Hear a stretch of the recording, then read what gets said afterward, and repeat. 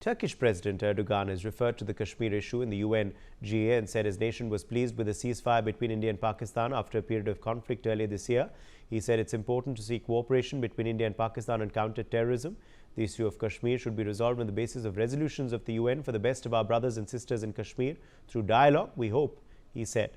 In South Asia, we consider the preservation of peace and stability to be of utmost importance. We are pleased with the ceasefire achieved following the tensions last April between Pakistan and India. The tension, which escalated into a conflict, quote-unquote, is what Erdogan said in his address during the debate at the UNGA. We are pleased with the ceasefire achieved following the tensions last April between Pakistan and India, the tension which had escalated into a conflict.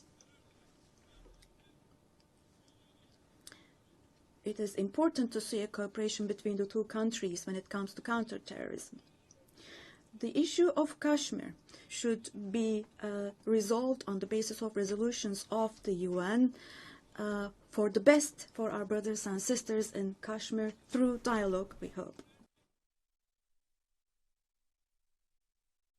Now live is Ambassador J.K. Tripathi, former diplomat. Ambassador Tripathi, what do you make of the Turkish president's controversial comments at the UNGA session? Well, you're asking about the statement of Turkish president, isn't it? Hello? Can you hear me? Ambassador Tripathi, we can hear you loud and clear. Did you hear my question, sir? Yeah, your question was about the statement of... yes, about what Erdogan has said controversially. Exactly. You see, Erdogan and his supporters and all the allies of Pakistan, when they talk about solution of Kashmir issue under the UN resolution, under the resolutions of UNSC, they very convenient forget, or they try to mislead the public at large about the resolutions. You know, from January 1948 to April 1948, United Nations Security Council passed 3 successive resolutions on Kashmir. The first one asked for immediate ceasefire. The second one said that once the ceasefire is obtained, then Pakistan will remove all its infiltrators and jihadis and its military from the whole of Kashmir, from the occupied Kashmir. India will remove most of its army, but keep only that part of army and police which is essential to secure law and order situation. And then third was that once this is done and both parties, once they report to UN that these feats have been this feat has been achieved, then only there will be a plebiscite under the supervision of UN. Now the first part was, of course, obtained. The first part was achieved thereby. I mean, the ceasefire was operational. For the second part, Pakistan never removed its infiltrators and its army from the occupied Kashmir. And without doing that, Pakistan is now insisting on implementation of third part, that is plebiscite. So they very conveniently forget or very conveniently hide the second resolution, which they did not honor.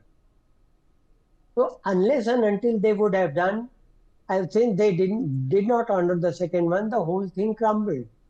Whole thing embarrassed. And then, of course, Maharaja Hari Singh had already signed an instrument of accession duly in due authority, and thereby Kashmir became an integral part of India.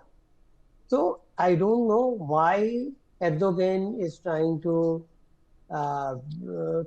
raise this issue every time in UNGA. exactly in the same manner as Pakistan has been doing. Pakistan, since 1948, Pakistan had used every UNGA meet to take up Kashmir issue, and UN could not do anything. Nothing happened.